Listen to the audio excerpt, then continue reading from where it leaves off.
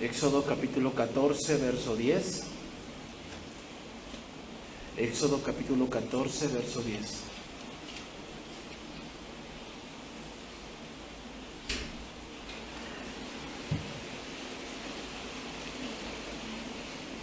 Vamos a seguir con esta serie, la redención de Dios. Es el tema número 40 de esta serie. El tema del día de hoy se titula No temáis, estad firmes. No temáis, estad firmes.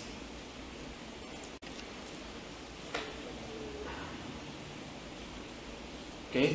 Éxodo 14, versículo 10. Cuando Faraón se hubo acercado, los hijos de Israel alzaron sus ojos, y he aquí que los egipcios venían tras ellos, por lo que los hijos de Israel temieron en gran manera y clamaron a Jehová. Y dijeron a Moisés: ¿no había sepulcros en Egipto que nos has sacado para que muramos en el desierto?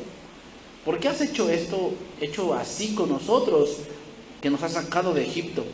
¿No es esto lo que te hablamos en Egipto, diciendo: déjanos servir a los egipcios? Porque mejor nos fuera servir a los egipcios que morir nosotros en el desierto. Y Moisés dijo al pueblo: no temáis, estad firmes, y ved la salvación que Jehová hará hoy con vosotros, porque los egipcios que hoy veis, nunca más para siempre los veréis. Y Jehová peleará por vosotros, y vosotros estaréis tranquilos. Entonces Jehová dijo a Moisés: ¿por qué clamas a mí? Di a los hijos de Israel que marchen. Y tú, alza tu vara, y extiende tu mano sobre el mar, y divídelo, y entren los hijos de Israel por el medio del mar en seco. Ok, hermanos. Vamos a retomar un poco el contexto de este pasaje. El pueblo de Israel ha salido de Egipto. Salen muy gloriosos, salen felices, después de 430 años de esclavitud. Y Dios, a propósito, los lleva a un camino encerrado, donde tenían a un lado una guarnición egipcia, por detrás tenían montañas, por delante tendrían el mar, y por el otro lado tendrían el ejército egipcio. O sea, era un callejón sin salida. Y Dios, a propósito, los llevó ahí. Para que entendamos algo, hermanos, y es que situaciones críticas siempre va a haber, ¿ok? No va a haber ningún momento en nuestra vida que no haya problemas. Siempre va a haber problemas. El punto es que muchas veces reaccionamos mal a los problemas, y entonces eso nos lleva a otra situación peor. El pueblo de Israel había visto muchas señales, pero ese es el problema: ver. Cuando nuestra fe se basa solo en ver, cuando veamos situaciones adversas, vamos a dudar.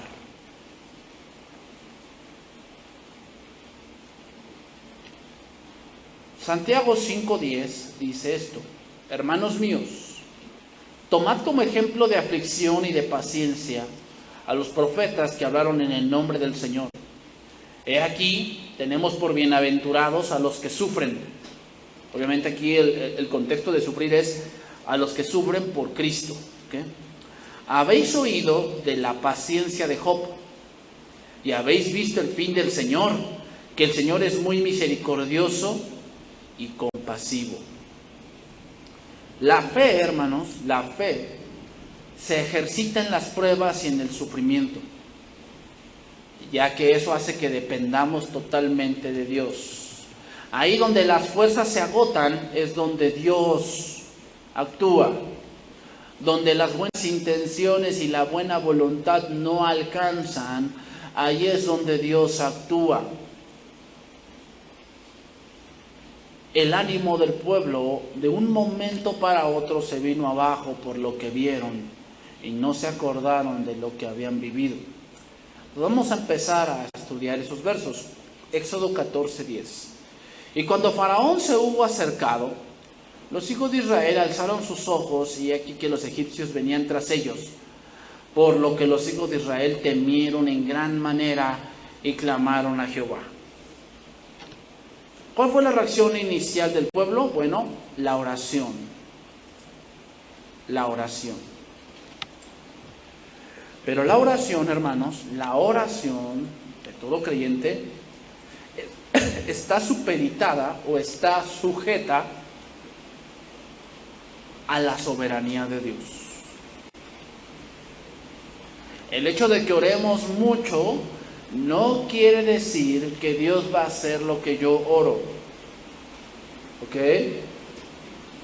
Muchas veces lo que nosotros pensamos, oramos y la solución que le damos a Dios es, yo creo, la menos adecuada para la situación.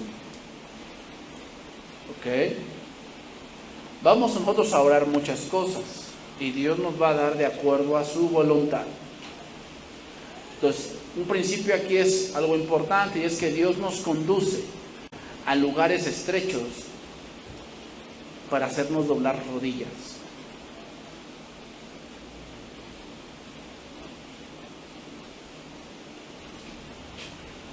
Dios nos conduce a lugares estrechos para hacernos doblar rodillas. Es decir, las situaciones muchas veces adversas es cuando más buscamos a Dios.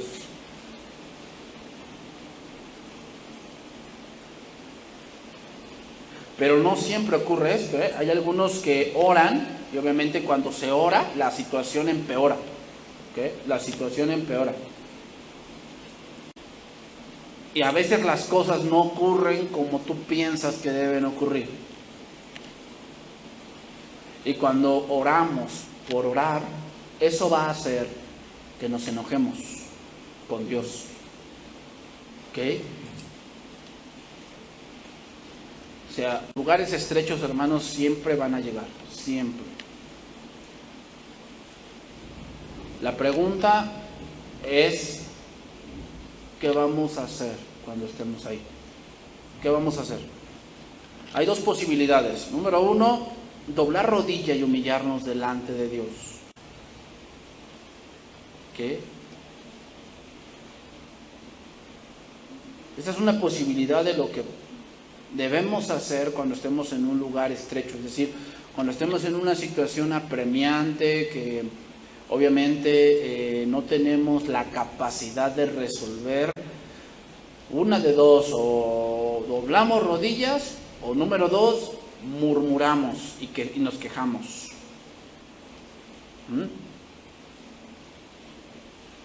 Y como el pueblo empezamos a buscar culpables de lo que estoy viviendo. El pastor, la familia del pastor, la esposa del pastor, mi familia, mi papá, mi mamá, mis hermanos. Siempre empezamos a buscar un culpable de lo que me está ocurriendo.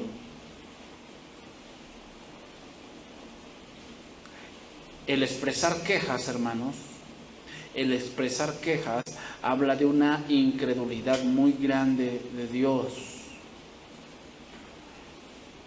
El hecho de que vengamos a la iglesia no quiere decir que tengo fe, hermanos, El hecho de que yo venga a una iglesia, de que yo me meta a un lugar y escuche, no quiere decir por eso que tengo fe. La fe se ve cuando yo tengo dificultades y cuando yo tengo que confiar en Dios. Ahí se ve la fe. ¿Okay? Éxodo 14:11. Y dijeron a Moisés, ¿no había sepulcros en Egipto que nos has sacado para que muramos en el desierto? ¿Por qué has hecho así con nosotros, que nos has sacado de Egipto? Lo vi en la traducción viviente ese verso. Traducción viviente 14:11. Y le dijeron a Moisés, ¿por qué nos trajiste aquí a morir en el desierto? ¿Acaso no había suficientes tumbas para nosotros en Egipto? ¿Qué nos has hecho? ¿Por qué nos obligaste a salir de Egipto? Este tipo de cuestionamientos y de quejas nos dejan ver tres cosas que muchas veces también nosotros pensamos cuando hay adversidad. Número uno, estaba mejor antes. Es decir, ¿por qué me has sacado de Egipto? Estaba yo mejor antes. ¿No? Al decir eso, hermanos, esa expresión significa despreciar la libertad y ver la esclavitud como lo mejor.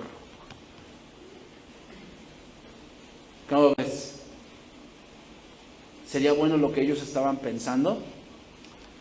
¿Que la esclavitud era mejor? ¿Que Egipto es mejor que lo que Dios está haciendo? A ver, ¿qué cosa es mejor? ¿Ser esclavo y calentar hornos de ladrillo? ¿O libres bajo la protección de Dios? Pero te das cuenta, o sea, muchas veces cuando viene la adversidad pensamos que antes estábamos mejor. Número 2, otra cosa que puede venir a la mente. ¿No que Dios es amor?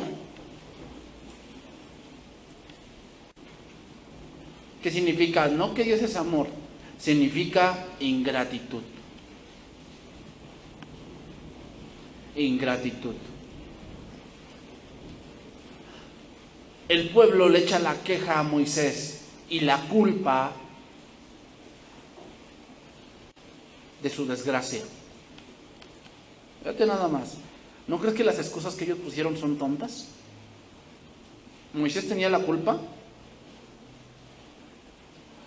O sea, hermanos, cuando tú vivas algo en tu vida, bueno o malo, no es de bienes, ni de tu mamá, ni el ambiente donde te desarrollaste. Te voy a poner un ejemplo. ¿Tú te acuerdas de Samuel? El primer libro de Samuel. ¿Cómo era Samuel? Era un profeta de Dios, pero fíjate en dónde creció. Creció en el tabernáculo donde estaban los hijos de Elí. Era una mala influencia, ¿o no? ¿Y por qué no se convirtió como ellos? Porque esa es una decisión de cada quien. O sea, aquí no hay de que, no, pues yo por culpa de ese trabajo yo soy así.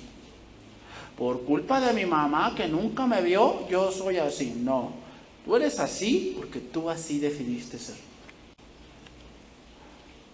Porque estamos, dice la palabra, he aquí os envío como ovejas en medio de lobos. O sea, estamos en el mundo y vemos muchas actitudes del mundo, ¿no? Su lenguaje, su comportamiento, su pensamiento, el cómo manejan las cosas. Vemos las noticias de cómo hay mucha corrupción, hay mucha impunidad, hay mucha injusticia. Bueno, lo vemos. Pregunta, ¿nos vamos a acoplar, nos vamos a moldar al mundo? No.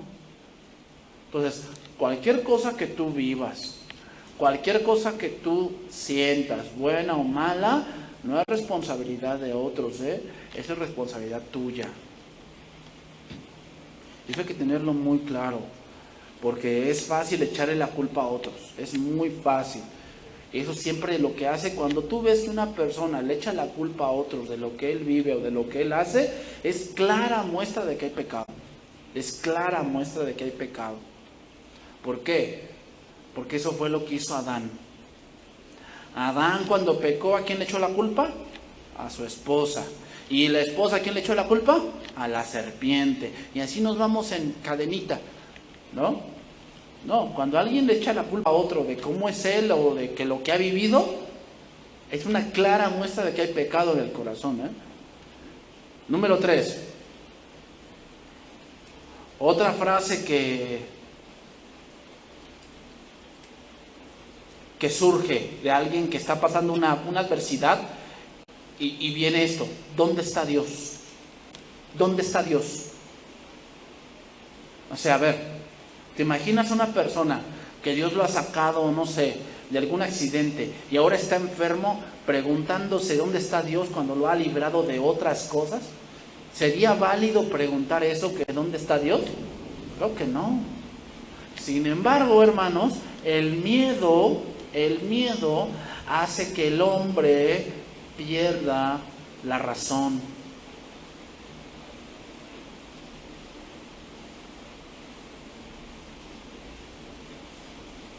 Y muchas veces pasa, hermanos, que tememos más al hombre que a Dios mismo. Mateo 10:28. Mateo 10:28.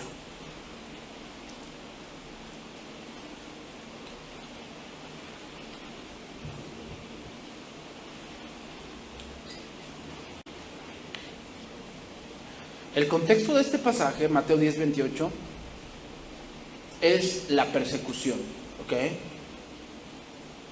Entonces, cuando te estén persiguiendo, cuando estés a lo mejor en un punto de estrechez, donde es un hombre el autor intelectual de que te hayan quitado el trabajo, de que te anden buscando para matarte o para hacerte un daño, muchas veces ese miedo por una persona puede hacer que tú tomes malas decisiones. Tú no debes temer a un hombre, tú debes temerle a Dios, ¿ok? Dice ahí, y no temáis a los que matan el cuerpo. Cuando dice, no temáis a los que matan el cuerpo, es que puede ser que en la voluntad de Dios Él permita que te maten, pero no debes por eso temer. Mas el alma no pueden matar, dice ahí. Temed más bien a aquel que puede destruir el alma y el cuerpo en el infierno. ¿No se venden 2 pajarillos por 1 cuarto? Con todo ni uno de ellos cae a tierra sin vuestro Padre, pues aún vuestros cabellos están todos contados.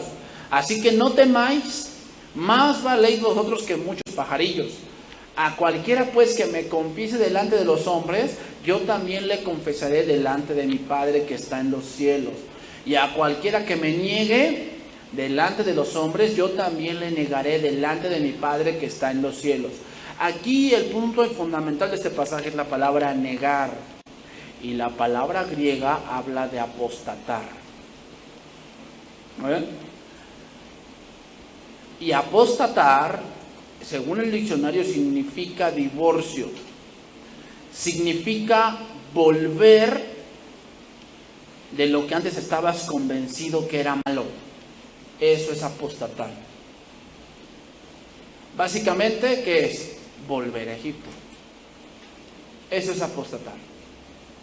Pues aquí no significa, hermanos, que a veces por el miedo de que no, me dicen el aleluya, la cristianita, la monja, entonces como que nos da miedo hablar de Cristo. Y si muchas veces te preguntan, ¿y por qué tú no fumas o por qué tú no tomas? Y en vez de decir, es que yo sigo a Dios, dices, es que mi mamá se enoja. Como que tratando de ocultar el por qué eres distinto, ¿no? Eso no es que no confieses delante de los hombres, o sea, es parte de... Pero más que nada aquí habla de que en la persecución tú vuelvas atrás. ¿Qué estaba pensando el pueblo de Israel cuando vieron a Faraón? Volver atrás. Se llama eso apostasía.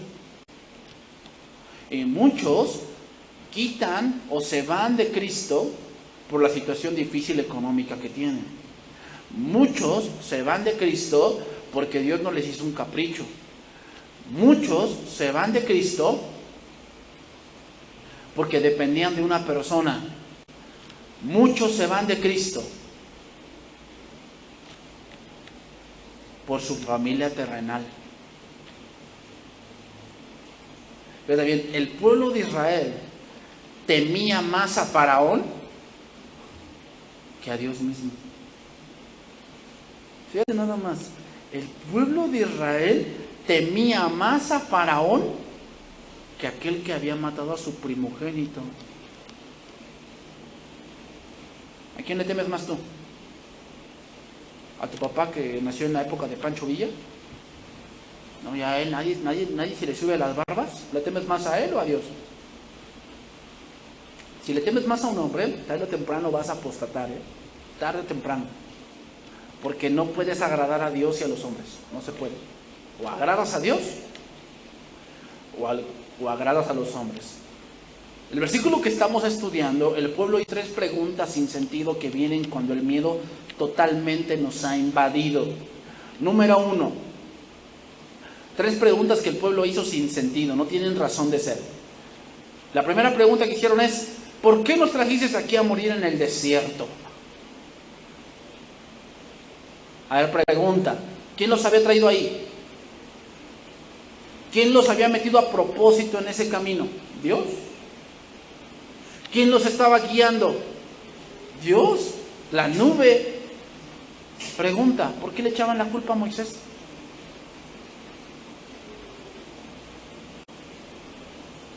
Porque otra vez lo repito, cuando hay incredulidad, siempre buscamos culpables, siempre.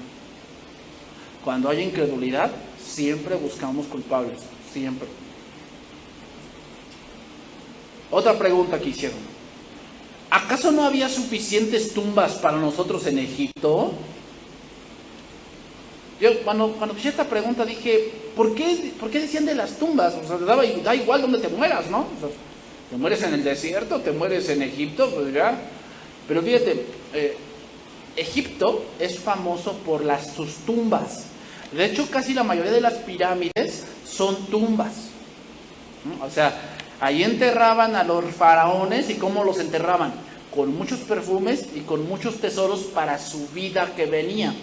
Por eso hacen referencia a las tumbas los judíos, porque decían que las tumbas egipcias eran muy hermosas. Entonces yo prefiero morir en una tumba hermosa. Es como decir, bueno, yo voy a morir allá afuera, pero gozando de la vida. O sea, con tu tumba hermosa, ¿no?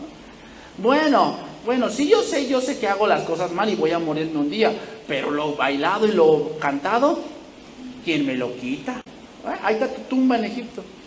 Hay gente que todavía piensa eso. O sea, como que no, pues aquí, ese desierto de andar reuniéndome y andar estudiando la Biblia y todo eso, como que ese desierto no me gusta. Me gustaría mejor estar en Egipto, así gozar la vida, y aunque me muera, pero tengo mi tumba bien adornada. ¿Sabes qué nos dice esto? Que Egipto solamente se preocupa en que tú te mueras. Egipto siempre se preocupa porque tú te mueras. ¿Tú te has puesto a pensar? Todas las cosas que hacen por un muerto en el mundo, hablo en el mundo, que lo preparan, que lo velan 2 días, que lo entierran, que hacen una comida por el muertito, la cruz, levantan la cruz, el novenario. Luego yo he visto familias que cada año se congregan para recordar al muertito. Fíjate todas las cosas que hacen por los muertos. ¿Qué hacen por los vivos? El mundo, ¿qué hace por los vivos? Nada, simplemente hace cosas para que se mueran. Así es Egipto, hermanos.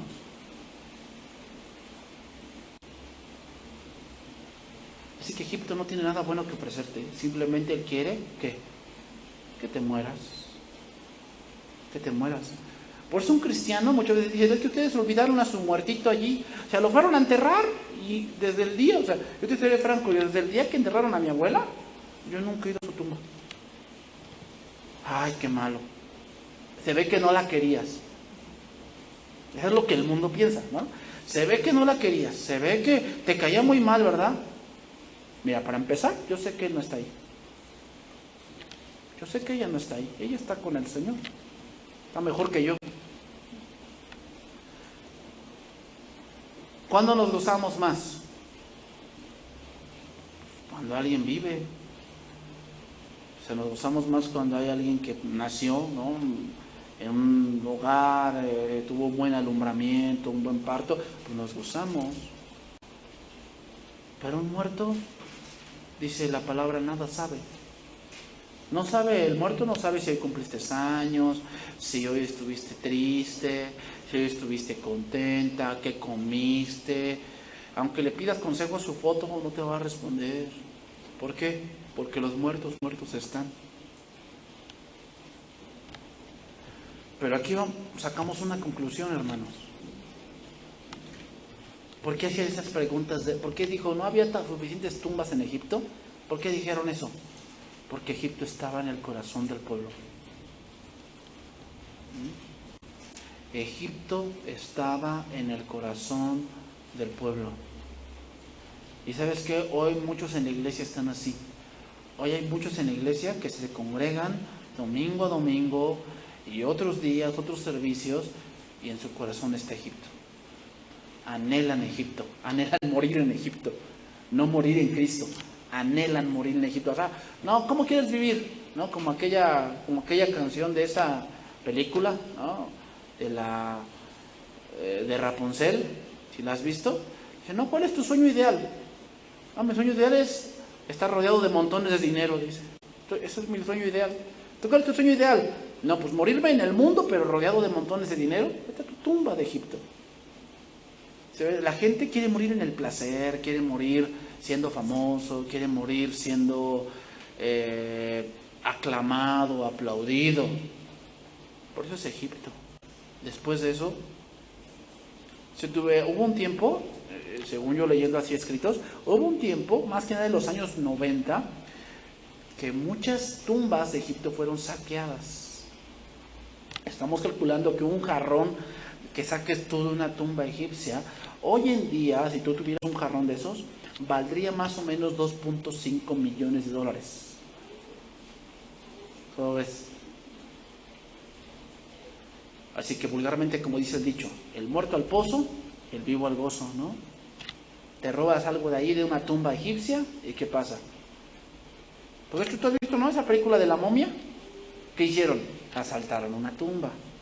Cuando se metieron a la pirámide, eso era una tumba. ¿Y qué buscaban? Los tesoros con los que los enterraban a los faraones. Eso era lo que buscaban, ¿te das cuenta? Eso es Egipto. Egipto es avaricia. Egipto es depender de uno mismo. ¿Y todo eso a dónde lleva? A la tumba. Eso es Egipto. Tercera pregunta que hicieron. ¿Por qué nos obligaste a salir de Egipto? Otra pregunta tonta, ¿no? ¿Por qué nos obligaste a salir de Egipto? A ver, pregunta, ¿fue Moisés quien nos obligó? Aquí la connotación de obligaste es como que nos fuimos sin el permiso de Faraón.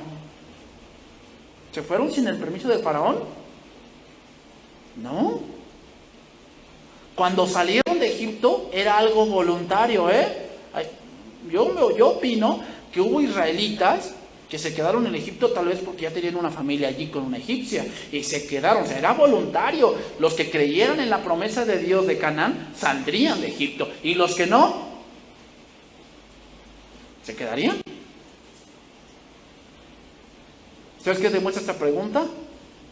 ¿Cómo es el religioso? El religioso es, es que, oye, ¿el miércoles puedes hacer esto? No, ¿por qué? Tengo que ir al instituto, ¿por qué? Es que si no, no sirvo. No la ven como una bendición de aprender, lo ven como ¿qué? Una obligación. O sea, me estás obligando a salir de Egipto, me estás obligando. Oye, ¿y el domingo puedes echarte la cascarita? ¿A qué horas? A las 10 de la mañana. Ay, no puedes, que voy a ir a la iglesia. ¿Con quién vas a ir a la iglesia? Con mis papás.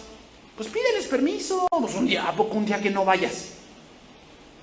Entonces, no, pero es que si no se enojan, si no ya no me dan mi semana. Lo ves como obligación, no como bendición.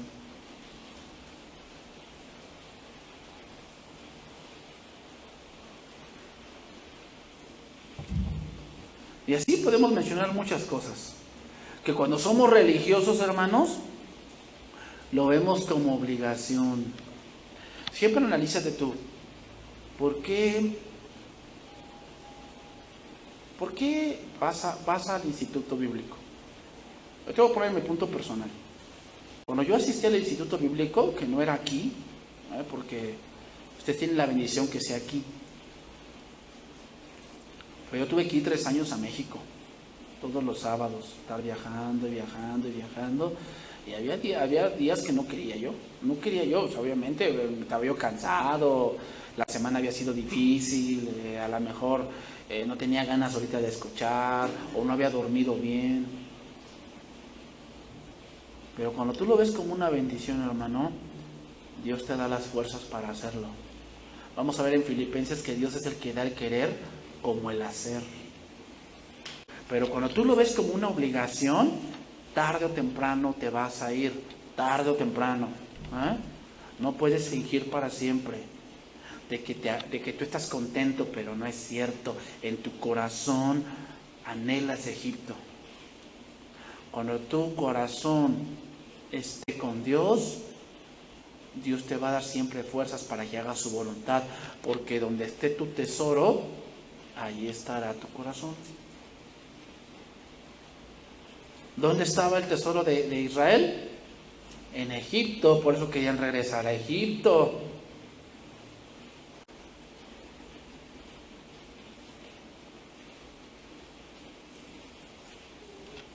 Versículo 12, seguimos ahí, versículo 12.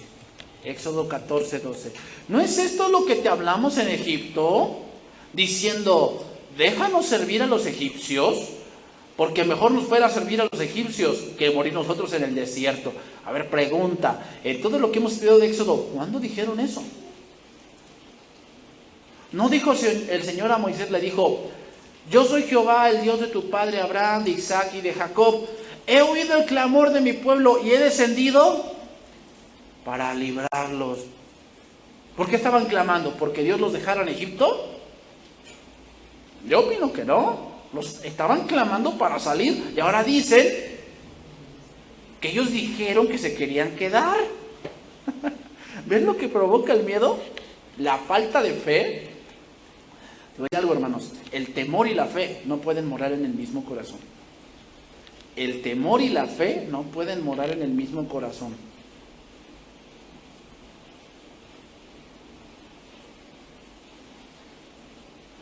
Qué memoria tan pobre tenía Israel, ¿verdad? Dios azotó a Egipto con juicios y libró a Israel con gran poder, y sin embargo ahora dudaban que Dios pudiera librarlos. Y aquí hago una reflexión, hermanos. Antes de criticar a Israel por su incredulidad, reconozcamos cuán fácil es caer en este punto. Ellos evaluaron la situación desde la perspectiva humana. La cuestión es cómo evalúas tú las tuyas. Porque aunque criticamos aquí a Israel, decimos: ay, no, qué tontos. No, pues si Dios hizo eso en Egipto, ¿a poco no podía librarlos ahorita de Faraón? Ay, no, qué incrédulos. Bueno, eso es Israel, porque tú ves el panorama desde arriba. Pero ahora cuando tú estás en una situación así, donde no tienes salida, donde solo lo único que te queda es la fe, ¿cómo respondes? También, hermana, ¿por qué no has ido a la iglesia? No, hermano, la verdad es que me siento muy desanimado, porque nadie viene a verme. Porque nadie ora por mí. ¿Cómo sabes eso? ¿Cómo sabes eso? Que nadie ora por ti. Porque Dios me lo dijo. No, no me digas. Estás como Elías. Solamente yo he quedado, Señor.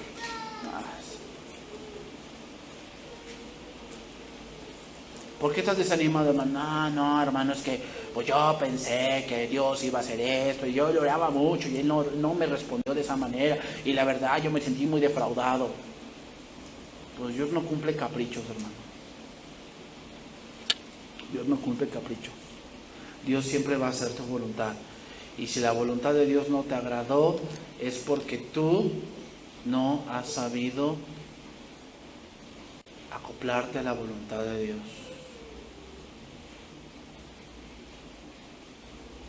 Lo que normalmente pasa cuando vemos las cosas humanamente es que respondemos humanamente.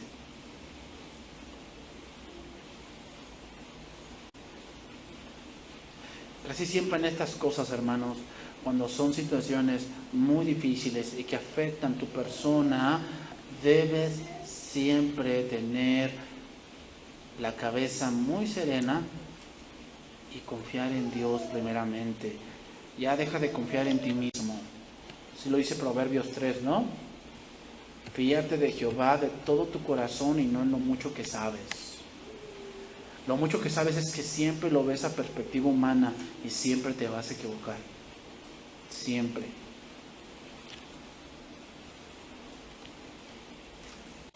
Éxodo 14:13. Y Moisés dijo al pueblo: no temáis. Este es el versículo clave, el central de nuestro tema.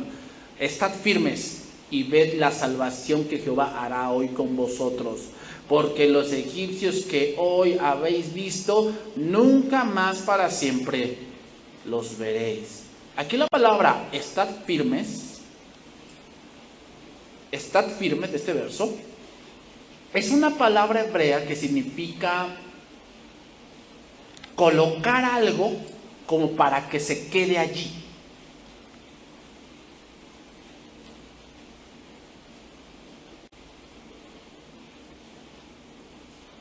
Haz de cuenta que es como algo que tú pones para que ahí se quede. Mira, reflexivamente significa estacionar algo. ¿Qué pasa cuando llegas al supermercado y llegas con tu coche? Bueno, los que tienen coche. ¿Qué pasa? Pues llegas y ¿qué buscas? Un lugar donde estacionar tu auto y ¿qué? Ahí se quede. Mientras tú haces tus compras, ves una película, cotorreas con la amiga, cosas así, y después regresas, ¿y dónde lo vas a encontrar? O te parece que lo dejaste en este lugar y ya cotorreas y toda la cosa, y de repente sales y, no, ¿dónde está mi coche? Y te dice el franelero, te dice, no, patroncito, es que lo movimos para allá. ¿Y qué le vas a decir? Oye, no, es que yo lo dejé aquí. Eso significa estar firmes. Quiere decir que donde Dios te deje, ¿qué? Debes de permanecer allí. Cristo dijo esto: cualquiera pues que oye mis palabras y las hace, le compararé a un hombre prudente que edificó su casa sobre la roca. ¿Para qué edificas una casa sobre una roca? Para que no se mueva, ¿verdad? Para que esté firme. Descendió lluvia y vinieron ríos y soplaron vientos y golpearon contra aquella casa y no cayó porque estaba fundada sobre la roca. Te voy a leer otros versos sobre esto. Proverbios 10:8. Dice ahí. Proverbios 10:8. El sabio de corazón recibirá los mandamientos, mas el necio de labios caerá. El que camina en integridad anda confiado, mas el que pervierte sus caminos será quebrantado. Proverbios 10:8, lo voy a leer en traducción viviente.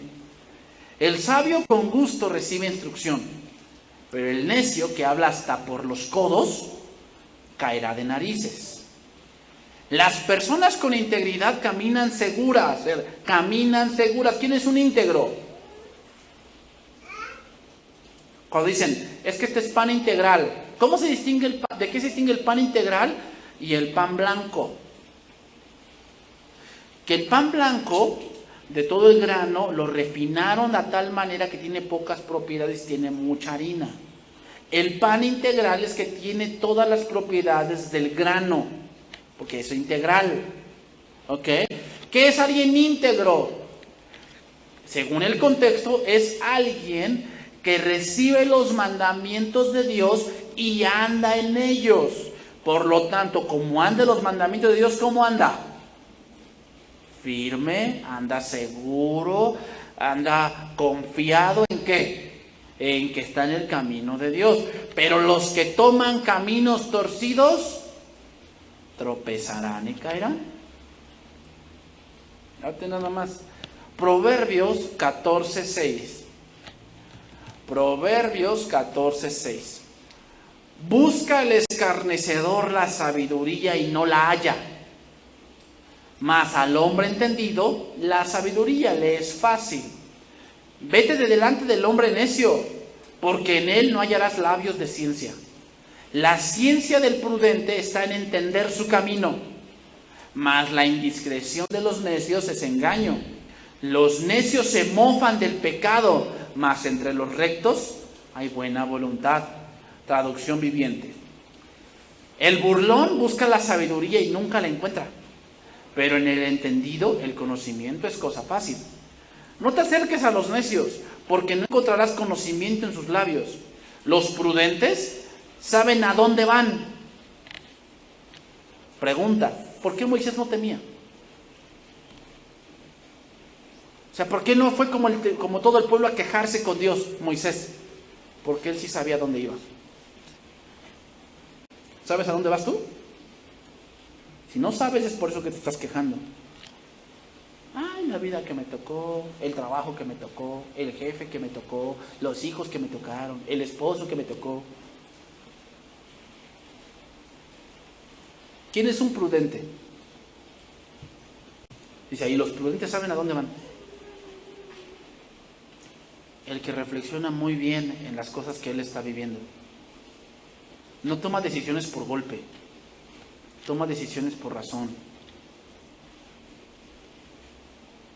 Toma decisiones basadas en principios bíblicos. Ese es un prudente. En cambio, los necios se engañan a sí mismos. Los necios se engañan a sí mismos. Es como aquel que dice, no, ya empecé a entrar al gimnasio. No, ya entré al gimnasio. No, vas a ver que en un mes yo voy a estar como He-Man. Vas a ver. Pero siguen el punto del yin-yang, ¿no? Yin-yang es que, ya sabes, eso de lo bueno y lo malo. Entonces, lo bueno es que van al gimnasio y ahí lo ves haciendo pesas, toda la cosa. Pero lo malo es que cuando sale se va a las hamburguesas. Y sus 2 litros de coca. Y después lo ves que está allí tomándose hamburguesas de McDonald's. ¿Qué pasa? Se está engañando a sí mismo. Se está engañando. ¿Por qué? Porque para alcanzar una meta así se requiere disciplina. Imagínate otro punto. El joven que va a la escuela dice, no, yo ya estoy yendo a la escuela, pero nunca entrega tareas. Cuando va a la escuela nada más asiste de las 6 clases, asiste a 1, a 2. ¿Qué pasa? ¿A quién engaña? ¿Al mundo? Se engaña a sí mismo. Se engaña. ¿De qué? De que él va a lograr algo así. Se está engañando. ¿Qué pasa con aquel que dice, no, ya conseguí trabajo? Gracias a Dios ya conseguí trabajo. ¡Ay, qué bueno! Pero así está el trabajo cuando quiere, siempre tiene pretexto porque el patrón le dice que haga algo y nunca lo hace porque siempre tuvo algo que hacer antes de lo que le mandó el patrón. ¿A quién engaña? ¿Al patrón? Se está engañando a sí mismo, se está engañando. No, ahora sí voy a cuidar mi salud, ahora sí. No, ya lo decidí, ahora sí voy a cuidar mi salud. Voy a comer bien, sanamente, nutritivo. Ahora sí no ahora sí voy a desayunar porque eso es lo que me dijo el médico, que ya desayune. Ah, bueno, lo haces un día, 2, y después empiezas a poner, bueno, no desayuné, pero me comí esto. ¿A quién engañas? ¿Al médico? Te engañas a ti mismo. Alguien, entonces, poniéndolo en el punto cristiano, alguien que está en la iglesia, que quiere seguir a Dios, pero su corazón está en el mundo, ¿a quién engaña? Se engaña a sí mismo. A Dios no lo engañas. A Dios no lo engañas. Te engañas a ti mismo. Termino con el versículo 9 de Proverbios 14. Dice ahí, los necios se burlan de la culpa, pero los justos la reconocen y buscan la reconciliación. ¿Qué hacen los necios? Se burlan de lo que hacen. Ja, ja, ja, ja, ja. Ay, y yo le dije que se fuera mucho a su 10 de mayo y ja, ja, ja, ja, ya viste, yo soy bien chido. ¿Y qué crees? Ah, lo dejó ahí mal puesto el celular y yo pasé como que no sabía nada y se lo tomé y después lo andaba buscando. Ja, ja, ja, ja, ja, ja. Ese es un burlón. Se burla de lo que hace mal. No, ¿y qué crees? No, y mi mamá dejó ahí el cambio de las tortillas, eran como 20 pesos. Y yo como que hice que fui a buscar el aceite y eso, y me los llevé. Y después mi mamá me preguntó, y yo le dije que no sabía, y se aguantó, jajajaja, qué bueno, ¿verdad? Yo soy bien chido. ¿Qué pasa con ellos? Con esos tipos de personas. Van a caer. Van a caer. ¿Por qué? Porque el prudente sabe a dónde va. O sea, sabe a dónde lo lleva si él actuara de esa manera. Ese es un prudente. O sea, que sabe que viviendo de esa manera, ¿a dónde lo va a llevar? Tú ves, hay gente que no sabe a dónde lo lleva esa vida. O sea, oye, ¿por qué fumas? ¿No sabes que eso te va a causar cáncer? Él dice, pues sí, pero, o sea, aunque diga que sí, no lo sabe. O sea, no sabe a dónde lo va a llevar ese tipo de hábito, por eso lo hace. Porque si supiera dónde lo va a llevar, ¿qué pasa? No lo haría. Vámonos por la parte final. ¿Era justificado el miedo del pueblo? ¿A un punto humano? Sí. De un lado, guarnición. Por atrás, montañas. Por delante, el mar. Y por el otro lado, un ejército egipcio. ¿Era justificado el miedo? Sí, sí era justificado. O sea, viéndolo en un punto humano, pues sí, Adiós mundo cruel, ¿no? ¿A dónde te veré? O sea, Los egipcios eran soldados expertos, eran bien entrenados, tenían caballos, tenían espadas, tenían arqueros. ¿Qué tenía el pueblo egipcio? Eran esclavos que nunca se habían metido en una prueba de guerra militar. ¿Te has puesto a pensar tú qué harías si estuvieras en una guerra? Yo sí me he puesto a pensar en eso. O sea, tú ves las películas de guerra y tú los ves que no, pues disparan y matan a diestra y siniestra. Pero tú piensas que entraron hacia el ejército. Si hay unas cosas de las que te quedan bien marcadas, ¿no? Y eso está científicamente comprobado. Es que cuando un soldado regresa de la guerra, no le duele tanto las balas, sino las muertes que vio. Eso sí es cierto, hermanos, ¿eh? ¿Te imaginas? ¿No tienes esa experiencia? Pues no puedes. Éxodo 14:14. Y voy terminando. Jehová peleará por vosotros, y vosotros estaréis tranquilos. Aquí la palabra tranquilos de este verso, significa guardar silencio. Una de las cosas que tenemos como seres humanos es que cuando vemos que algo está mal, empezamos a estar ahí apesadumbrando hasta que se dé. Y eso lo único que va a hacer a veces es empeorar las cosas. A veces es conveniente estar tranquilo y guardar silencio en cosas que a veces no tenemos una razón. O sea, si te dijera, imagínate que tu hijo está en el hospital y te dijera, señora, necesitamos que ahorita nos diga bien qué vamos a hacer, porque su hijo se puede morir, necesitamos amputarle un brazo. ¿Qué vas a hacer ahí? Hagan lo que sea, pero que se salve. Y a lo mejor, o sea, por la emoción del momento tomas una decisión así. En ese momento, lo más conveniente es estar tranquilo. Y nosotros te lo decimos por experiencia. Yo te lo digo por experiencia. Con mi madre sí salieron. No, su mamá ya huele mal su pie. Tiene ahí mucha pus. Ya huele mal. En serio que amputemos. Firme aquí para que ya le amputemos el pie. Y tú dices, ay no, pues sí, que ya se lo amputen y ya. A ver, ponte a razonar. Es fácil decidir en la vida de otros, en la salud de otros. Si tú estuvieras en la cama y a ti tuvieran que amputar algo, ¿qué querrías para ti? Eso es ser prudente. Tienes que razonar. No tomes decisiones por impulsos. Tienes que razonar. A veces, en ese tipo de cosas, tienes que guardar silencio. Y estar tranquilo que Dios te muestre qué vas a hacer. Pero el punto aquí es esto. A lo largo de la historia, hermanos, esta palabra se ha hecho presente que Jehová pelea por Israel,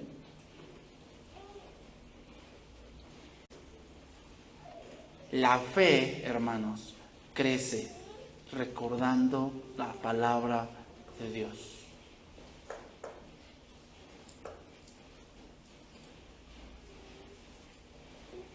Vamos a terminar con este verso, Marcos 4:35. Marcos 4:35. Entonces, ¿qué es estar firme? Dios te puso allí. ¿Estás en la roca? Pues aunque vengan vientos, ríos y vengan a tu vida, ¿qué? No vas a caer porque estás firme. Pero si te fundamentas en tu pecado, en lo mucho que sabes, en lo mucho que crees, vas a caer, ¿no? Vas a caer. Dice ahí, 4:35 de Marcos. Aquel día, cuando llegó la noche, les dijo, pasemos al otro lado.